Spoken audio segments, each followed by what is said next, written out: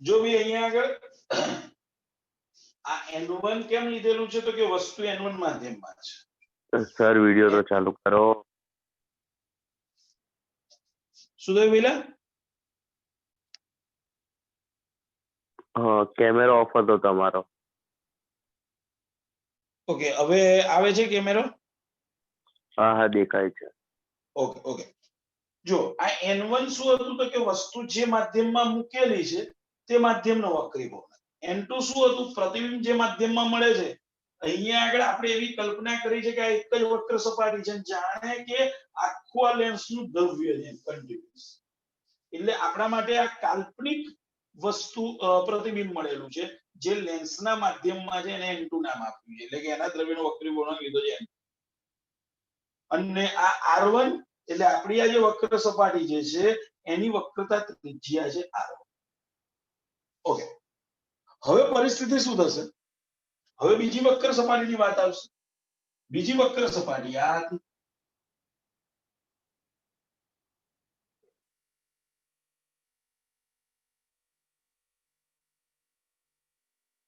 ચલો, હવે પરિસ્થિતિ શું થશે કે ભાઈ બીજી વક્ર સપાટી આવી એટલે આ જે પ્રકાશનું કિરણ જે આમ જતું હતું ને, ધ્યાનથી જુઓ, આ જઈ રહ્યું હતું લેન્સની અંદર, એ હવે ઘટમાંથી ક્યાં જશે?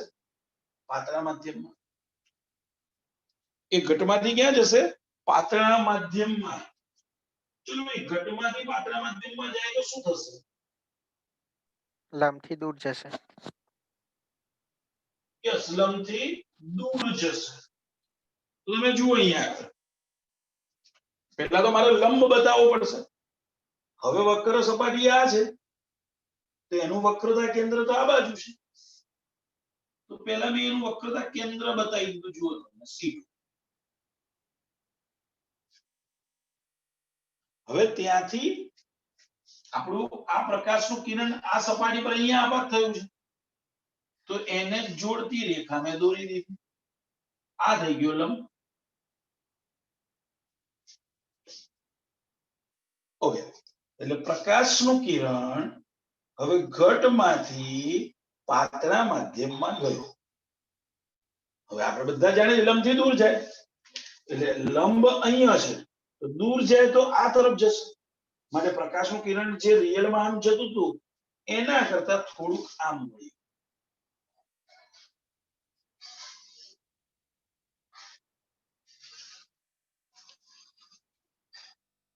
જોઈએ આ માર્ગે વળ્યું જે લંબથી દૂર ગયું, અને એને કારણે આપણને પ્રતિબિંબ અહીંયા આપ્યું, જે આપણું વાસ્તવિક પ્રતિબિંબ થયું.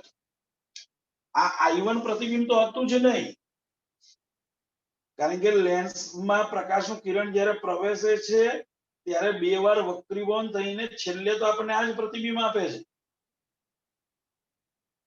પણ મારે તમને સમજાવવું હતું એટલે મેં પહેલા વક્ર સપાટી લીધી, પહેલી એ વક્ર સપાટીનું પ્રતિબિંબ બતાવ્યું. હવે એ જે પ્રતિબિંબ જે છે એ જાણે કે બીજી વક્ર સપાટી માટે વસ્તુની ગરજ સારે છે. એટલે કે પ્રથમ વક્ર સપાટી વડે મળેલું પ્રતિબિંબ જાણે કે બીજી વક્ર સપાટીનું વસ્તુ તરીકે વર્તે છે એવું આપણે વિચારીશું. માટે I1 શું કહેવાશે? આ બીજી વક્ર સપાટીનું માટે વસ્તુ, અને એનું ફાઇનલ પ્રતિબિંબ આપણને આ I મળેલું છે. ઓકે, બીજી વસ્તુ હજી એ સમજજો. આ જે બીજી વક્ર સપાટી જે લીધી એના માટે આ વસ્તુ ક્યાં હતી? તો કે આ પ્રથમ વક્ર સપાટીના માધ્યમમાં જ હતી એવી આપણે કલ્પના કરી હતી. ધેટ મીન્સ આ I1 જાણે કે N2 માધ્યમમાં હતી, એટલે N1 ની જગ્યાએ મારે શું લખવું પડશે? તો કે N1 ની જગ્યાએ મારે લખવું પડશે N2. ઓકે, હવે પ્રતિબિંબ ક્યાં મળ્યું? તો કે પ્રતિબિંબ મળ્યું હવાના માધ્યમમાં, N1 માધ્યમમાં. ધેટ મીન્સ N2 ની જગ્યાએ બની જશે N1. ઓકે, વક્રતા ત્રિજ્યા કઈ આવશે? તો કે આ C2 ની આ આવશે, એટલે કે R2, જે અહીં હું બતાવતો જાઉં છું. જો આ R2,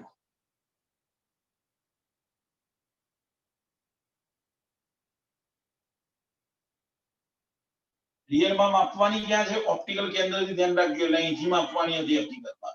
આ તો આપણા માટે તો આ કહેવાશે. આ શું કહેવાશે? પ્રતિબિંબ અંતર. જો ઓપ્ટિકલ કેન્દ્રથી માપીએ એટલે આ થશે પ્રતિબિંબ અંતર v, જે ફાઇનલ આપણને મળ્યું છે.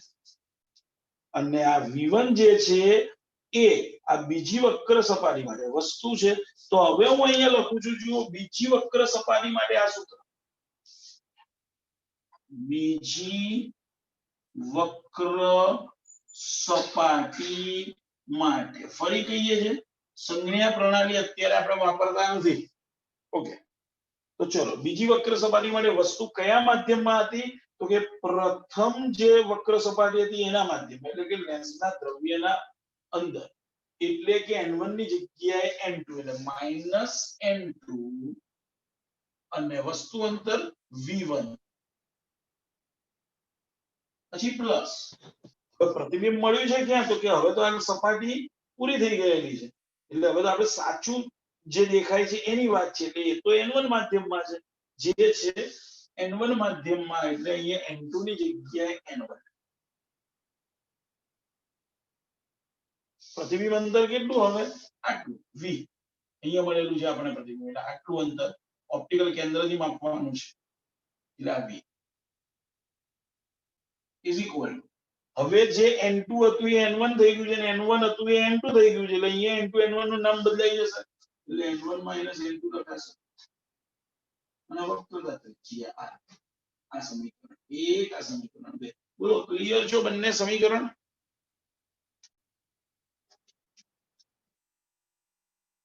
બોલો ભાઈ. હા સર. બીજા સમીકરણમાં n1 અને n2 માં ગોટાળો ના કરતા ધ્યાન રાખજો. બોલો ભાઈ, ખબર પડી છે? સર આખું ફરીથી સમજાવી જરા.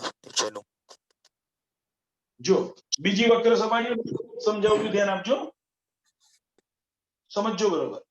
પહેલા પહેલી વક્ર સપાટી બતાવું છું. આ પ્રથમ વક્ર સપાટી હતી. ઓકે, આ જો પહેલી વક્ર સપાટી. ઓકે, એના માટે આ વસ્તુ હતી.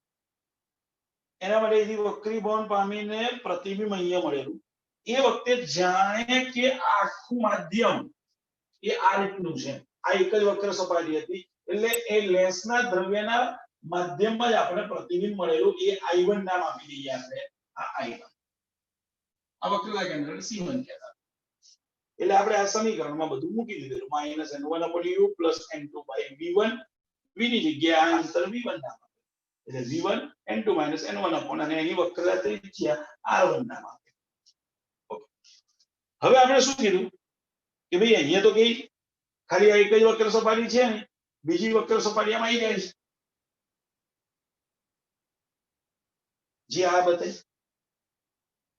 બીજી વક્ર સપાટી આવી એટલે પ્રકાશનું કિરણ જે રિયલમાં જતું હતું એ હવે જઈ નહીં શકે. અહીંયા આગળ આ સપાટીથી માધ્યમ બદલશે, એટલે કે n2 માંથી n1 માં આવશે. હવે જ્યારે n2 માંથી n1 માં આવશે એટલે હકીકતમાં અહીંયા વક્રીભવન થશે, અને એ વક્રીભવન થઈને આપણને આ માર્ગે જાય છે, એટલે અહીંયા પ્રતિબિંબ આપે છે. એટલે રિયલમાં I1 જેવું તો કશું મળવાનું જ નથી આપણને. તો સીધું આ વસ્તુ મૂકી, વસ્તુનું 2 વાર વક્રીભવન થયું, સીધું અહીંયા પ્રતિબિંબ અહીં મળવાનું. પણ મેથેમેટિકલ દ્રષ્ટિને સમજાવવા માટે વૈજ્ઞાનિકોએ આપણને આ રીતે સમજાવ્યું કે ચલો ભાઈ, પ્રથમ વક્ર સપાટી તમે એનું વિચારીએ. ચલો, પ્રથમ વક્ર સપાટી માટે તમને આ પ્રતિબિંબ મળ્યું I1. હવે એવું વિચારો, જાણે કે આ પ્રતિબિંબ એ બીજી વક્ર સપાટી માટે વસ્તુ છે. જાણે કે આ પ્રતિબિંબ એ બીજી વક્ર સપાટી માટે વસ્તુ છે, એવું વિચાર. ઓકે, ચલો, આ બીજી સપાટી માટે, બીજી વક્ર સપાટી માટે આ વસ્તુ છે, એનું આ પ્રતિબિંબ ફાઇનલ મળ્યું છે એમ કહેવાય. તો હવે શું થયું? ચલો, આ સમીકરણ વાપરવું છે. તો વસ્તુ અંતર v1 લઈશું, એટલે અહીંયા u ની જગ્યાએ v1 મૂકે. પણ માધ્યમ કયું? વસ્તુ કયા માધ્યમમાં છે? તો વસ્તુ તો રિયલમાં જ્યારે મેં પ્રથમ વક્ર સપાટી વિચારી ત્યાં તો આ જ ભાગ બતાવેલો, અને એવું કીધેલું કે આ જાણે કે લેન્સનું દ્રવ્ય છે.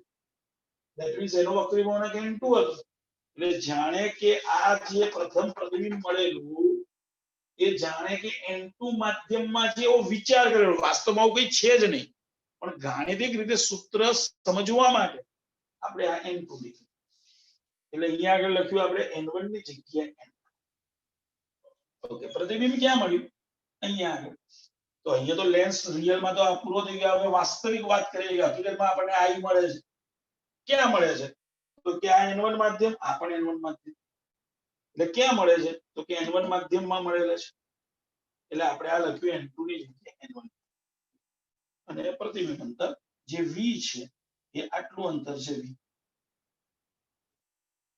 એનો અર્થ એવો છે કે જે n1 હતું એ n2 નામ થઈ ગયું અહીંયા અને જે n2 હતું એ n1 થઈ ગયું તો પછી આ સૂત્રમાં n1 n2 ચેન્જ કરવા પડે એટલે n2 - n1 ની જગ્યાએ મેં લખ્યું n1 અને વક્રતા ત્રિજ્યા તો કે બીજી વક્ર સપાટી એની વક્રતા ત્રિજ્યા આ બાજુ છે એટલે આ અંતર લઈ લીધું r બોલો ક્લિયર છો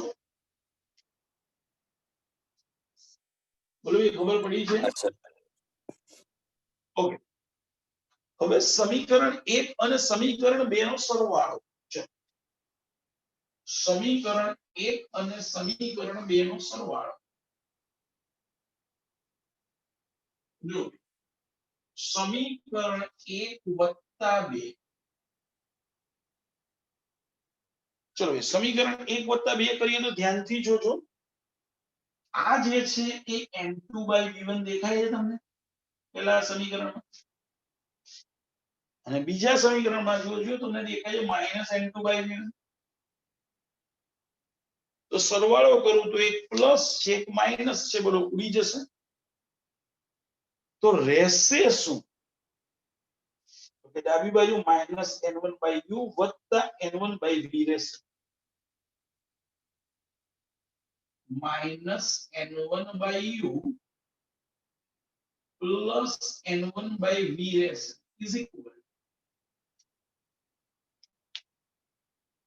જો ભાઈ આ n2 - n1 upon r1 છે જમણી બાજુનું પદ લખું પહેલા સમીકરણ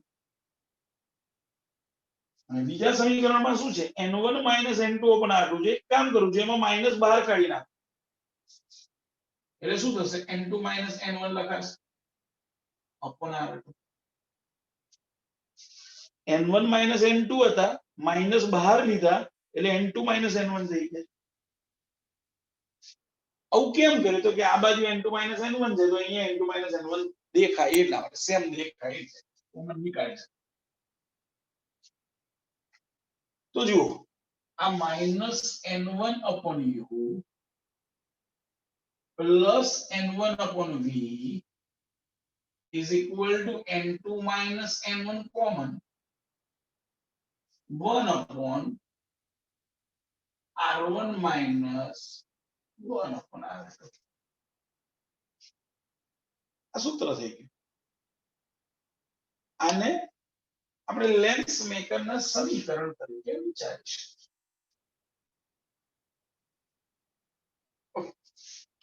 હજી તમે ધ્યાનથી જુઓ તો અહીં n1 કોમન દેખાય છે ડાબી બાજુ આ જે કોમન દેખાય છે એને બરોબરની બીજી તરફ લઈ જાઓ તો છેદમાં જશે તમે એને આમે લખી શકો -1 upon u plus 1 upon v is equal to n2 - n1/n1 into 1 upon r1 minus 1 upon r. ભઈ આ સમીકરણ ભલે આપણે બહિર્ગોળ લેન્સ માટે મેળવ્યું છે પણ એ અંતર્ગોળ લેન્સ માટે પણ સાચું જ છે ભઈ અહીંયા મુખ્ય કેન્દ્ર લંબાઈ એવું તો કઈ આવ્યું નહીં હવે એનો વિચાર કરી ધારી લો કે આ બહિર્ગોળ લેન્સ સમજો પાતળો બહિર્ગોળ લેન્સ કે અક્ષ હવે જો પ્રકાશના કિરણો અક્ષને સમાંતર બતાવો ભાઈ પ્રકાશના કિરણો અક્ષને સમાંતર ક્યારે આવે એના તો એ વિચાર અક્ષને સમાંતર પ્રકાશના કિરણો આવે એનો અર્થ એવો થયો કે વસ્તુ અનંત અંતરે હોવી જોઈએ વસ્તુ ક્યાં હશે અનંત આપણે તો જાણીએ છીએ આપણે અરીસાની ચર્ચા દરમિયાન સ્પષ્ટતા કરેલી છે કે ભાઈ અક્ષને સમાંતર કિરણો જે બિંદુએ કેન્દ્રિત થાય મુખ્ય અક્ષ તેને આપણે મુખ્ય કેન્દ્ર કહીએ છીએ એટલે આ બધા કિરણો એની વક્રીભૂત પામે અને કોઈ એક બિંદુએ કેન્દ્રિત થાય છે આ જે બિંદુએ કેન્દ્રિત થયું ત્યાં રિયલમાં તો પ્રતિબિંબ મળ્યું પણ એ હવે અહીંયા શું કહેવાય મુખ્ય કેન્દ્ર અહીંયા લેન્સને બે વક્ર સપાટી છે એટલે બે મુખ્ય કેન્દ્ર હોય તો જે તરફ વસ્તુ છે એ તરફના મુખ્ય કેન્દ્રને આપણે F1 કહીએ તો બીજી તરફના મુખ્ય કેન્દ્રને આપણે F2 અથવા F' નામ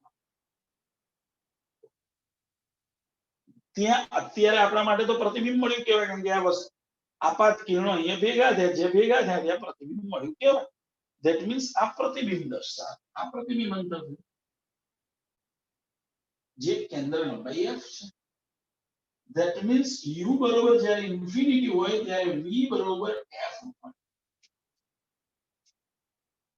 તો એક કામ કરીએ ઉપરના સમીકરણમાં મૂકી દઈએ -1 upon u ની જગ્યાએ ઇન્ફિનિટી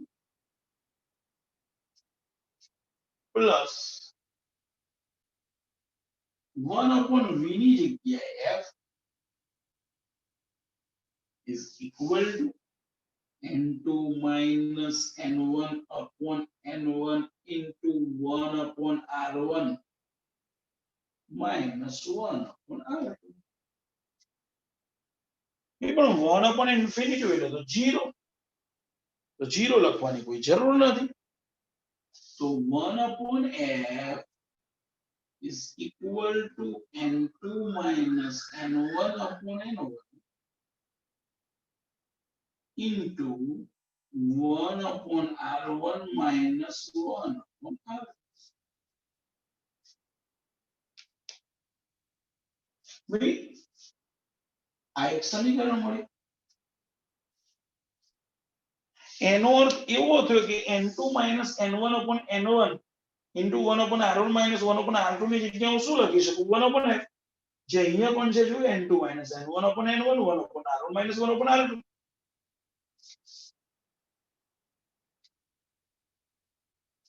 આને હું કહું સમીકરણ 3 આને કહું સમીકરણ 4 તો સમીકરણ 3 અને 4 ને સરખાવો તો સમીકરણ 3 અને 4 પરથી સમીકરણ 3 અને 4 પરથી શું કહી શકાય તો કે -1 upon u plus 1 upon v is equal to 1 upon f -1 upon u plus 1 upon v બરોબર આ હતું પણ આની જગ્યાએ તો શું લખી શકાય 1 upon f જે લેન્સ મેકરનું સમીકરણ કહેવાય વક્ર અરીસા માટે શું હતું 1 upon u plus 1 upon v બરોબર 1 upon f લેન્સ માટે શું મળ્યું -1 upon u plus 1 upon v બરોબર 1 upon f ખાલી અહીંયા માઈનસ આવે એટલો જ ફેર છે ધ્યાન રાખજો સમીકરણ બંનેના સરખા વક્ર અરીસા માટે 1 upon u plus 1 upon v બરોબર 1 upon f લેન્સ માટે -1 upon u plus 1 upon v is equal to 1 upon f ઘણાને એમ થાય છે આ તો તમે અંતર્ગોળ બહિર્ગોળ લેન્સ માટે આ આકૃતિ સમજાય પણ જો અંતર્ગોળ લેન્સ હોત તો મુખ્ય કેન્દ્ર ક્યાં હોત જો એ બતાવો ધારી લો આ અંતર્ગોળ લેન્સ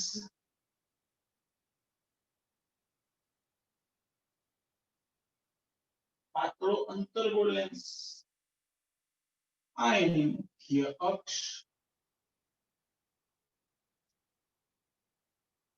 ઓકે હવે આ અક્ષને સમાંતર કિરણો આપણે આપાત કરી આ અક્ષને સમાંતર કિરણો આપાત કરી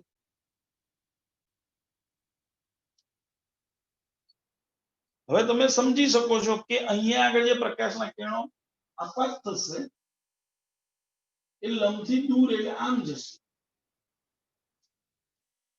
જે આ લંબ આમ જતા હતા એની જગ્યાએ આ દૂર જશે. તો એવા સંજોગોમાં આને પાછળની બાજુ આમ લંબાવો.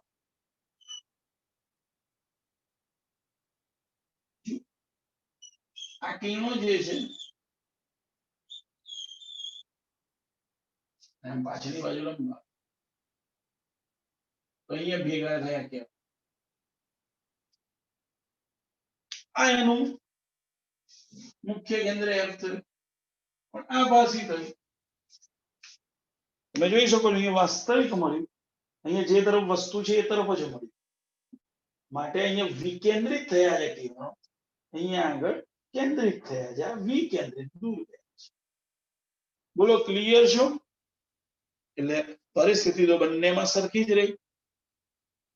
બોલો ભાઈ ખ્યાલ આવે છે આ સમીકરણમાં? બોલો ખબર પડે ભાઈ દરેકને? પરીક્ષામાં પૂછાય પાતળા લેન્સ માટે લેન્સ મેકરનું સમીકરણ સમજાવો, તો તમારે પહેલા આ આકૃતિ દોરવાની, પછી ચોપડીની જેમ બે અલગ અલગ વક્ર સપાટી માટે અલગ અલગ આકૃતિ દોરવી હોય તો દોરો, અથવા તો મારી જેમ પાતળા લેન્સની જગ્યાએ થોડો જાડો લેન્સ બતાવી અને આ આકૃતિ દોરી બંને વક્ર સપાટી માટે સમીકરણ લખો, સમીકરણનો સરવાળો કરો, એનું સાદુરૂપ આપો એટલે કે આ સૂત્ર મળશે, એનું કોમન નીકાળી દો તો આ સૂત્ર મળશે. એ મેળવ્યા પછી મુખ્ય કેન્દ્રની વાત કરો, બેમાંથી ગમે તે એક આકૃતિ દોરો, બહિર્ગોળની અથવા અંતર્ગોળ.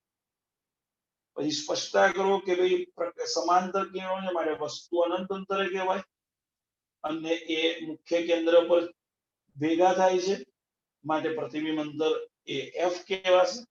જે આ ઉપરના સમીકરણમાં મૂકો એટલે તમને 1/f મળી જશે.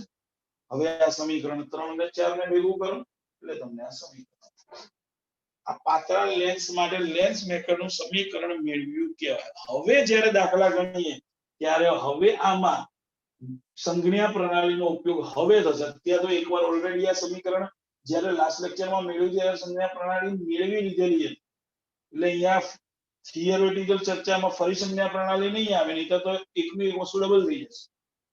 હવે દાખલાઓની અંદર જ્યારે ઉપયોગ કરીશું ત્યારે વસ્તુ અંદર માઇનસ ને પ્રમાણે લઈશું. બોલો ભાઈ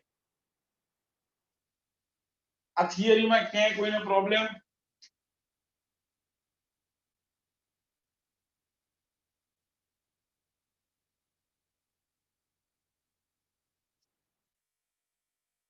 ઓકે, ધેટ્સ ગુડ. બધાને ખ્યાલ આવી ગયો એવું મને લાગે છે. બરોબર છે ને ભાઈ? દરેકને આમાં ખ્યાલ આવ્યો છે. ઓકે, હજી બીજી વસ્તુ ધ્યાનથી સમજજો. આકૃતિ જોવા દઉં છું હવે, આ બધાની હવે જરૂર નથી.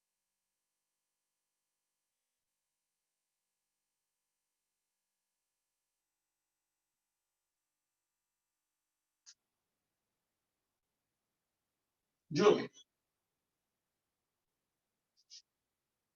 બહિર્ગોળ લેન્સ હોય તો, ભાઈ પાતળાની વાત કરું છું સમજવા માટે આ જાડો લેન્સ તરીકે બતાવું છું કે જેથી તમે સ્પષ્ટ જોઈ શકો. બહિર્ગોળ લેન્સ હોય તો એની પ્રથમ વક્ર સપાટી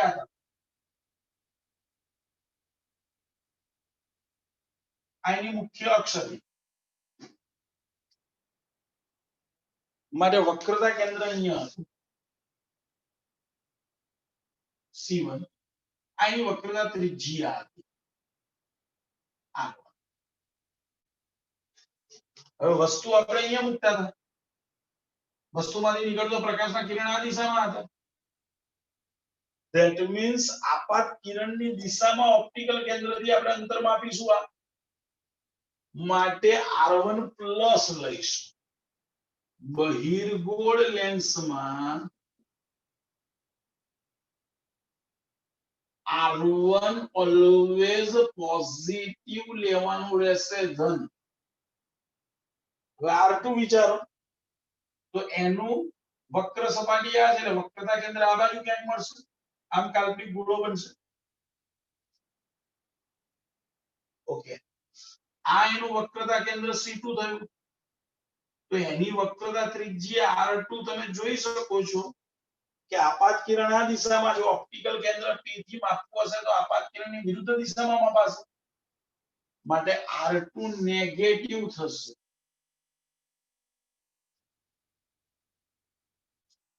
હવે તમે જસ્ટ વિચાર કરો, R1 પોઝિટિવ, R2 નેગેટિવ, તો આ માઈનસ માઈનસ પ્લસ થઈ જશે, માટે F એ પોઝિટિવ મળશે. માટે બહિર્ગોળ લેન્સની કેન્દ્ર લંબાઈ પોઝિટિવ હોય. આ ઘણાનું પૂછવું એમ પણ છે કે સાહેબ તમે આપાત કિરણ આ દિશામાં આપ્યા એટલે F ડેશ મળ્યું, જો આપાત કિરણ આ દિશામાં હોત તો F મળે, તો એ બંને શું સમાન હોય? તો ધ્યાન રાખો, મુખ્ય કેન્દ્ર બંનેમાં સમાન જ હોય. વક્ર સપાટી ભલે વક્રતા ત્રિજ્યા અલગ અલગ હોય પણ F તો સમાન જ મળશે. આ બહિર્ગોળની વાત. હવે અંતર્ગોળ હોત તો શું?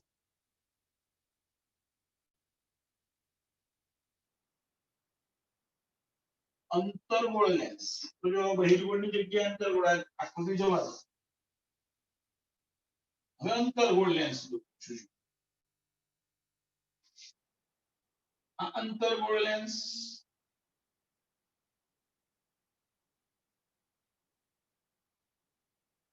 આની મુખ્ય અક્ષ, અહીંયા વસ્તુ હતી, વસ્તુમાંથી નીકળેલો પ્રકાશનું કિરણ આ દિશામાં જતું હતું.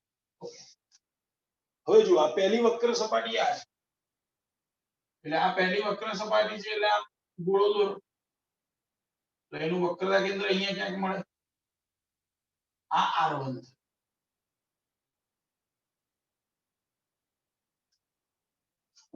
તમે સમજી શકો છો, આપાત કિરણ આમ છે એટલે આપણે આપાત કિરણની વિરુદ્ધ દિશામાં ઓપ્ટિકલ કેન્દ્ર ને માપવાનું છે, એટલે R1 નેગેટિવ.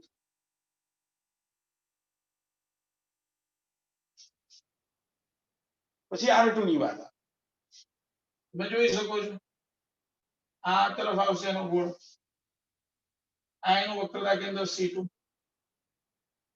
જે મપાશે ક્યાં? આપાત કિરણની દિશામાં મપાશે ઓપ્ટિકલ કેન્દ્ર, માટે R2 પોઝિટિવ થશે. સમીકરણમાં R1 નેગેટિવ, R2 પોઝિટિવ, એટલે આ માઈનસ જ રહેશે બંને, માટે F ની કિંમત માઈનસ માં મળશે, માટે F નેગેટિવ. એટલે આપણે યાદ રાખીશું, બહિર્ગોળ લેન્સમાં F પોઝિટિવ હોય, અંતર્ગોળ લેન્સમાં F નેગેટિવ. દાખલા માટે પણ યાદ રાખીશું, R1 બહિર્ગોળ લેન્સમાં પોઝિટિવ, R2 નેગેટિવ, અંતર્ગોળમાં ઊંધું, R1 નેગેટિવ, R2 પોઝિટિવ. આ તમારે ધ્યાનમાં રાખવાનું રહેશે. હજી આગળ વિચારી સમજો.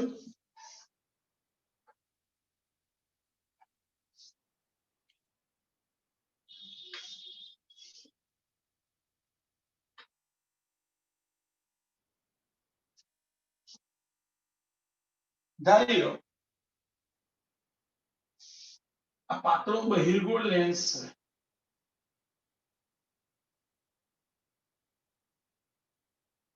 આ એની મુખ્ય અક્ષ દર્શાવેલી છે.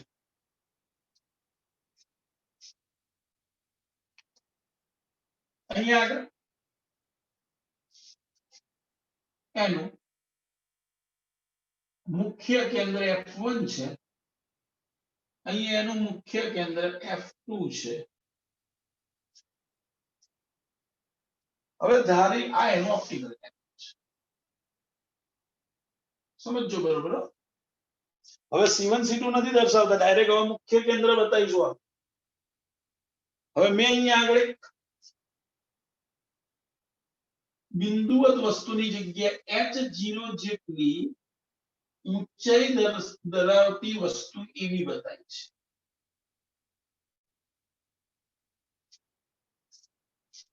તો આમાં પ્રકાશના કિરણો કઈ રીતે બતાવવાના એ બતાવું છું. પહેલા તો બિંદુવત માટે ડાયરેક્ટ આપણે આ લીધે, હવે જ્યારે H0 જેટલી ઊંચાઈ ધરાવતી વસ્તુ હોય તો અંતર્ગોળની જેમ પહેલું કિરણ અક્ષને સમાંતર આ એની ટોચમાં આ અક્ષને સમાંતર. હવે આપણને ખબર છે જે અક્ષને સમાંતર એ મુખ્ય કેન્દ્રમાંથી પસાર થાય, એટલે આ કિરણ મુખ્ય કેન્દ્ર F2 માંથી પસાર થશે.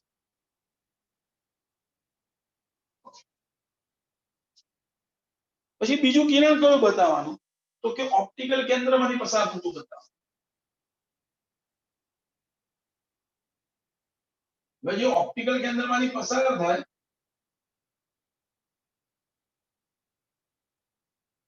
એ કિરણ એ રિયલમાં લંબ થયો કહેવાય, એટલે સી માંથી એટલે કે સોરી પી માં ધ્રુવમાંથી પસાર થાય છે, એટલે એ સહેજ પણ વિચલિત થયા વગર એ જ માર્ગે આગળ વધશે અને એને કારણે આપણને એનું પ્રતિબિંબ મળે.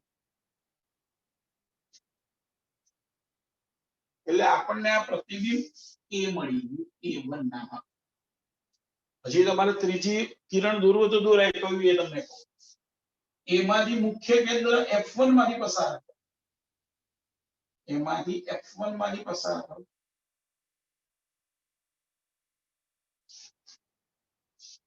હવે મુખ્ય કેન્દ્રમાંથી પસાર થયું છે એટલે એ અક્ષને સમાંતર બની જાય, એટલે એ અક્ષને સમાંતર બનશે.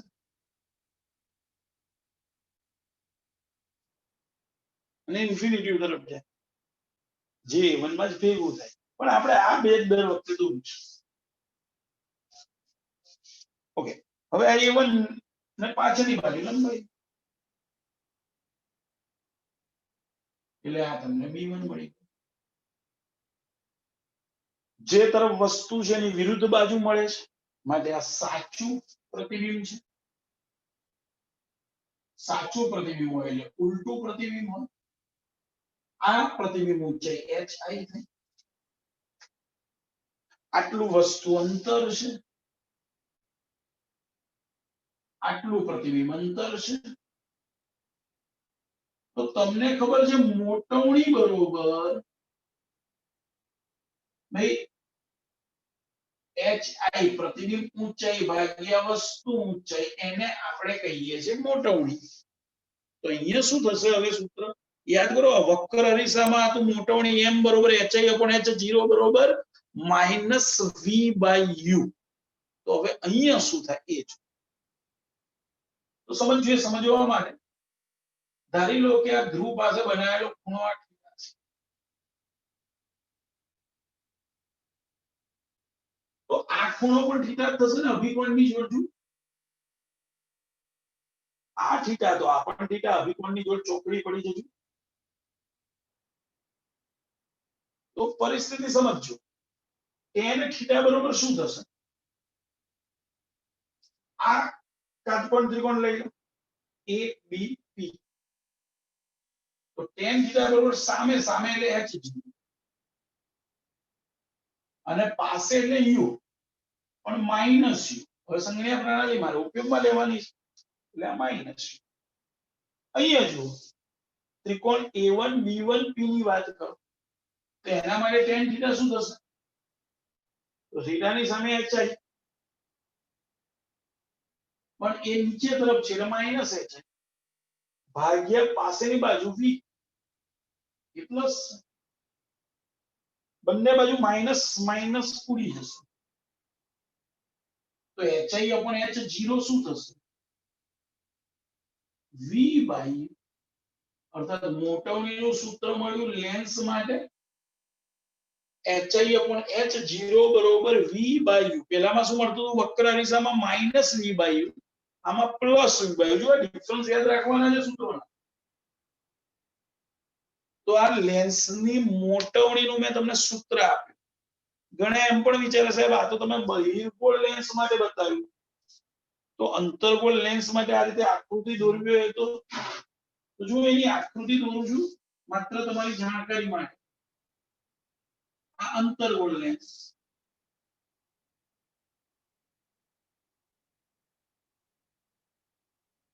આ મુખ્ય અક્ષ, આ એનું મુખ્ય કેન્દ્ર F1, આ F2.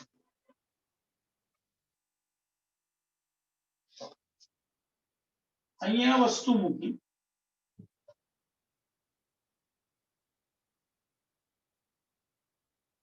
AB. હવે પહેલું કિરણ મેં શું કીધેલું? અક્ષને સમાંતર. આ અક્ષને સમાંતર પ્રથમ કિરણ લીધું.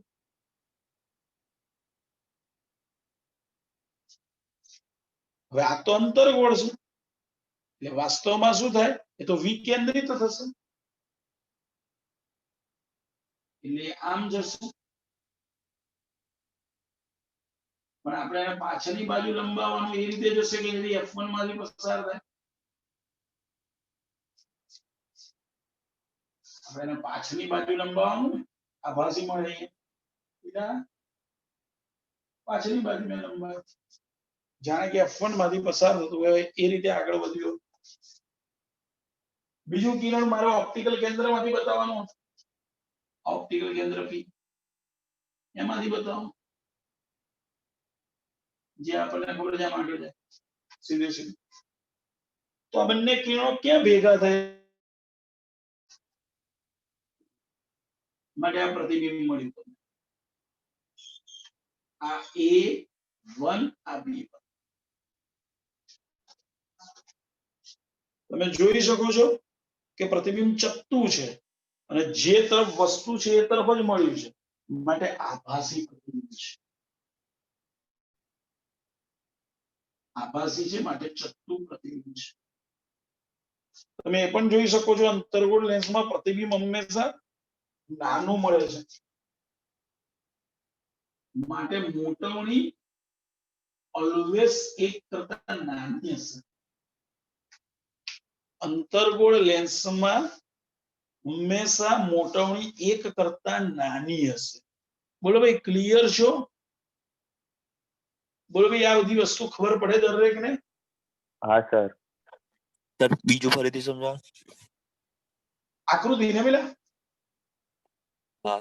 હા ને, જો આ વસ્તુ એવી, એમાંથી નીકળેલું પહેલું કિરણ અક્ષને સમાંતર.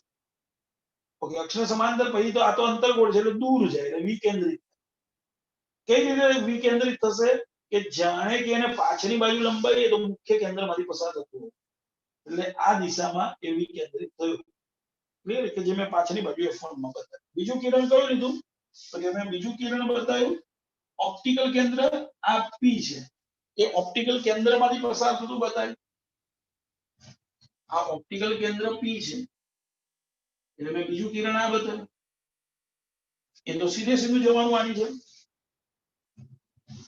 હવે આ આપણું કિરણ અને આ કિરણ બંને અહીંયા ભેગા થયા, માટે આ એનું પ્રતિબિંબ A1 અહીંયા મળે, એને નીચે તરફ લંબાઈ દીધું મુખ્ય અક્ષ તરફ, એટલે B1. એ B1 શું મળ્યું? એનું પ્રતિબિંબ. જોઈ શકાય છે પ્રતિબિંબ ચત્તું મળ્યું, પણ જ્યાં વસ્તુ છે ત્યાં જ મળ્યું, માટે આ આભાસી છે, ચત્તું છે. તમે જોઈ શકો